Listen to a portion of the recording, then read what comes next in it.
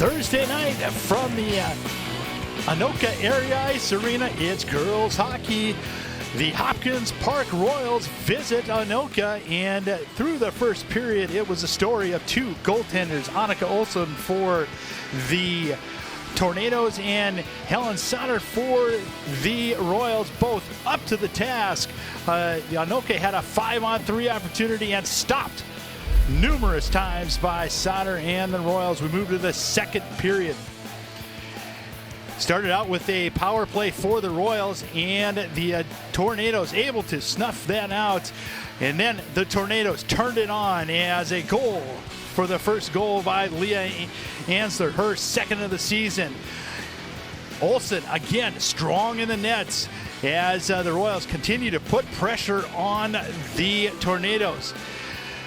Goal number 2 comes from Casey Jensen at 9:10, and followed up with a beautiful pass from Lucy Machulas to Caitlin Booth for goal number 3. They end up the second period with a 3-0 lead.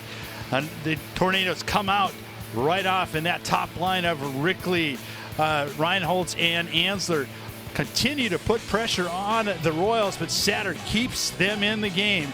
The Royals score late in the third period on a goal from Roland Jensen, and then come back with 2 more quick goals. This one from Ella Kothi, and she follows up with another one as a beautiful pass comes up right up here, and Kothi again with the rebound scores. We're tied at 3, end of the third. We're going to overtime. Overtime, back and forth. Both teams had power plays, and Leah Ansler again on a shorthanded opportunity. She gets stuffed. Ends up tied. Both teams end up tied at 3 apiece.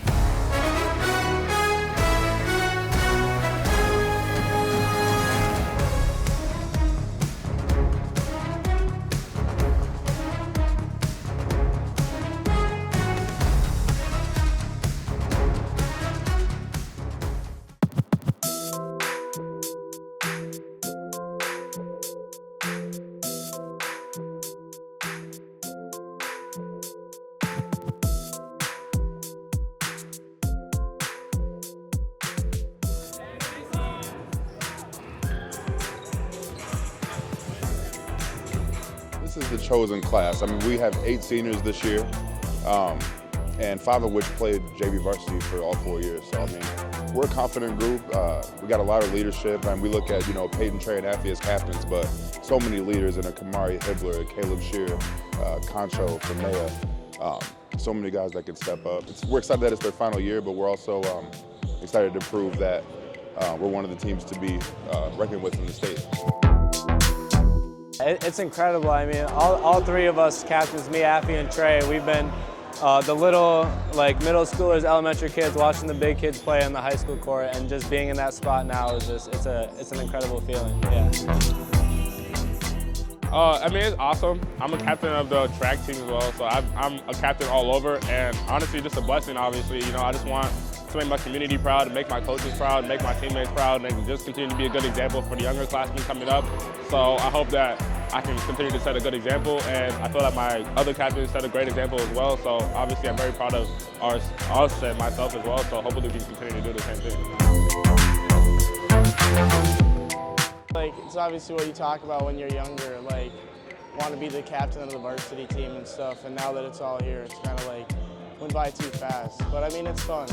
It's what I wanted to do my whole life, so just taking in all the memories and stuff. It's fun.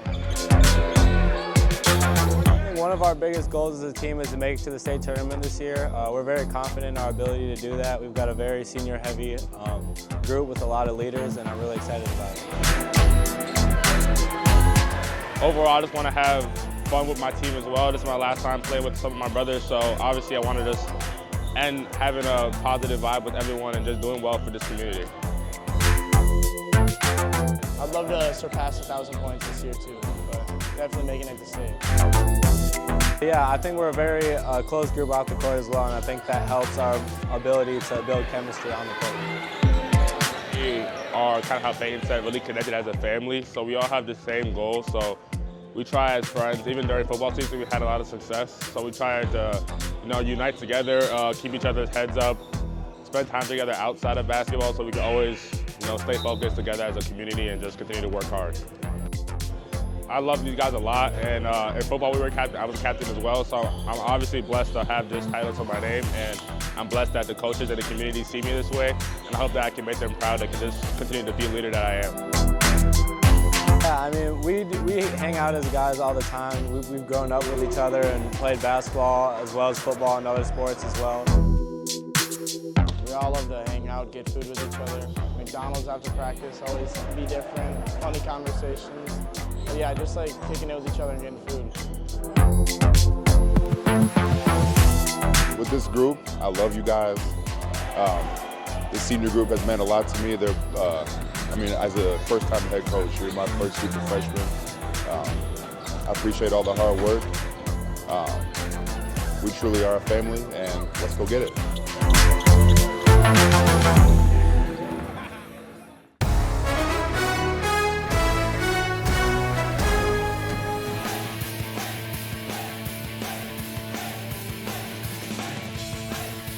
Friday night ice at the Andover Community Center. The Huskies hosting Hill Murray Pioneers, going up top just under the crossbar. Tucked it nicely. Emily Pohl gives Hill Murray a 1-0 lead in the first, and continued pressure finding the back of the net. Chatlin as she scores the goal. Hill Murray a 2-0 lead, quickly answering a goal backdoor picked on that power play. A goal for Christensen, her 6th of the season. Then Andrews pickpockets her way and snipes it just under the crossbar. Piper Andrews ties it at 2-2 at the end of the first period. More pressure coming back from these two rivals. Doorstep shot here, beautiful saves back and forth, and Little takes it the first time and finish it on the second time for Little. That was the game-winning goal for the Huskies, and that was her 4th goal of the season. Coming back, then a quick pressure, Curtis scores and puts the Huskies up by 2 goals at the end of 2 periods. Now we're not done. 3rd period, more pressure, more peppering of the goals. Stacking the pads off the post, beautiful saves off the mask, in traffic. Hills was just top shelf tonight, and there's the top shelf, and Mac Jones does what Mac Jones does. It snipes one from just a face-off circle under the crossbar. 5th goal for the Huskies, and they take home an impressive signature win, 5-2 over Hill Murray.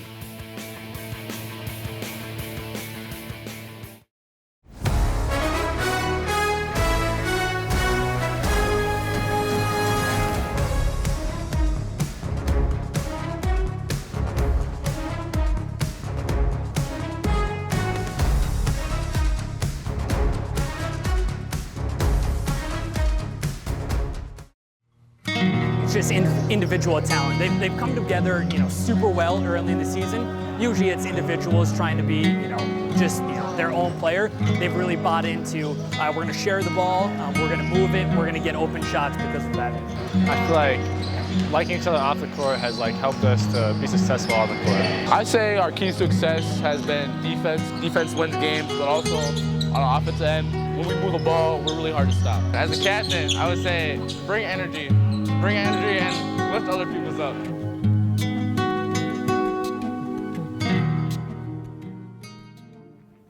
Offensively, we've come out, really hit our stride early on in the season, which isn't super typical with a lot of basketball teams. Usually offense struggles, but we've done a good job of scoring a lot of points. And then trying to hold the other team to as many, least points as possible. Differently, we're older this year. Last year we had a younger group. This year I'd say that we've all matured on the court and off the court. I feel like similarly we have good shooters. We got a bunch of good shooters this year. Really just some of the things that we're already good at. We can always get better at just continue to move the ball on offense, play with pace, and then our defense too.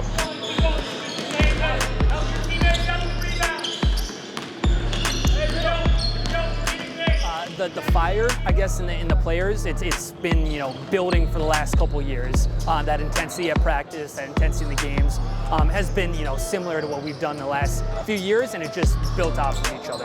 The energy that we bring, and then Offensively, we can score quite a bit, so that's a key piece as well.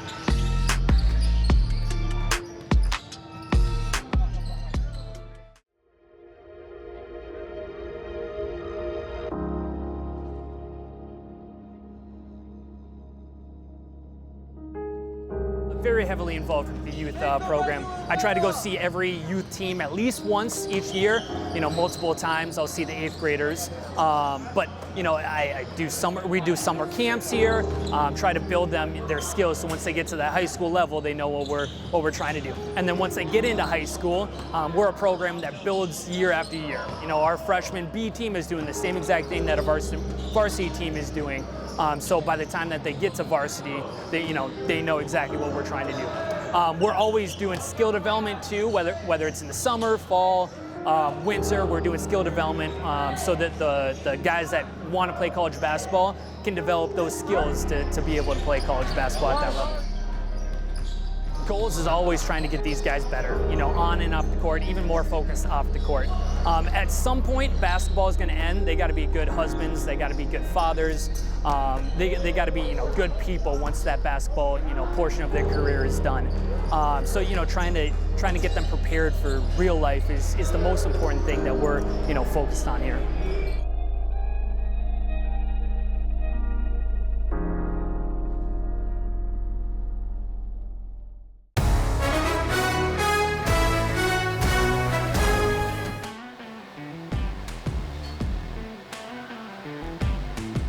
It was non-conference girls hockey action on Thursday night at the Forum. Champlain Park Coon Rapids hosting Roseville Matamidi. Champlain Park coming in on a 2-game winning streak, and they got off to a quick start.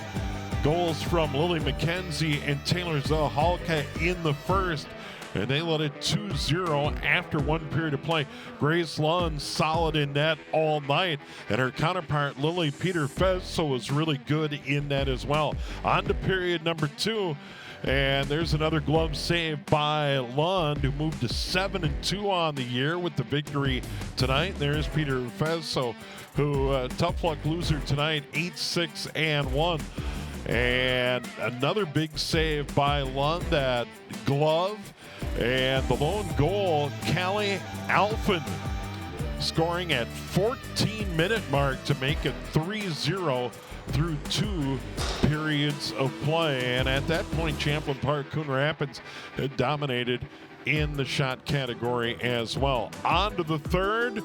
Another big save by Lund as she was bidding for the shutout. Then June Semling gets a goal at 10:04 shorthanded. It was her 23rd of the year. And then Semling would close out the scoring with her second goal in a row, second of the night at the 11:40 mark. And Champlain Park Coon Rapids goes on to a comfortable 5-0 win on home ice tonight. And Grace Lund gets a shutout in net here on QCTV.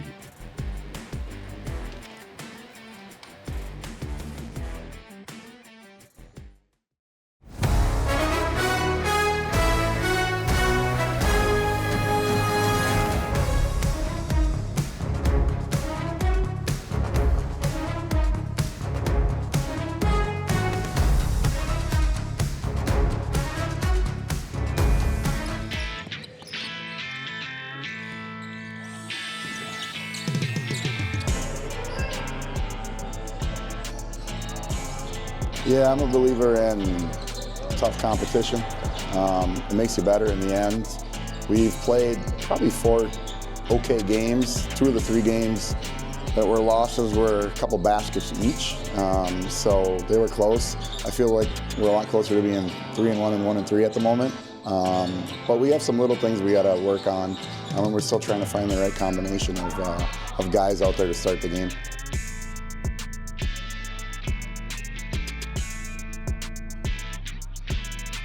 Like, builds your team to be ready for March and to play in the playoffs and be ready for tougher opponents in state and like in games that you can't afford to lose.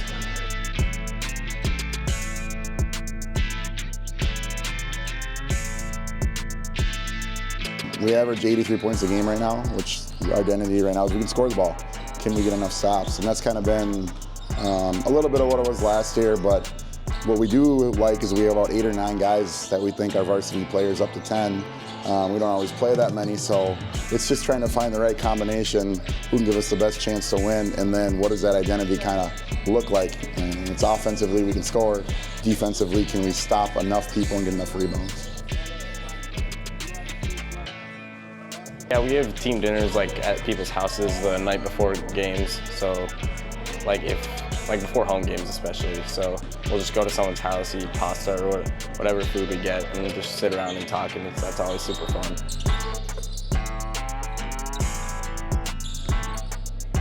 I think Tino Grace I'm excited to play.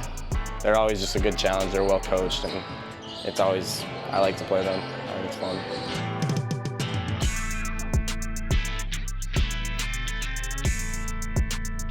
I think our Forest Lake game was our one win. We hit 23s, which we're still trying to verify as a school record or not, but we shot 67% from the three-point line, and the way the team, we had 28 assists, the way the team was cheering for one another, that was fun. As a coach, that's a game you dream of.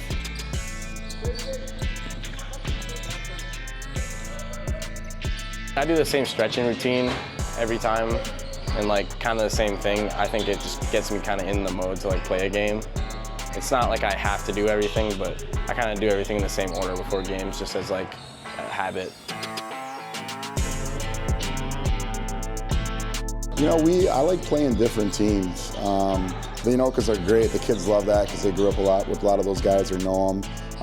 And then the section opponents are great because, we got to face them. But we play Stillwater this year. We play West Fargo, Horace. We go to Hudson, Wisconsin. We go to Mounds View, which are some teams we haven't played before. So I think it's cool for the kids to play different opponents. And those are games I kind of look forward to where you haven't been there before.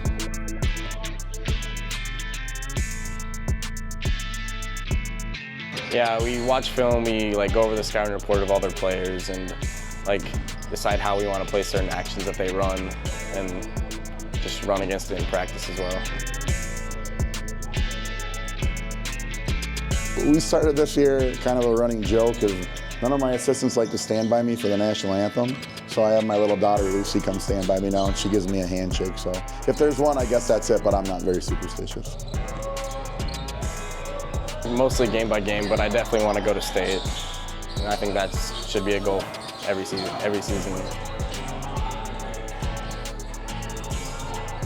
Our goal, is to win the section and get the highest seed possible. The rules changed this year in our section where the highest seed gets to host throughout the entire playoffs. So in years past, it's been neutral sites. So there's a lot of emphasis on regular season games and section opponents. So our goal is to win the section and get back to state, and we think we have the team out there to do it this year.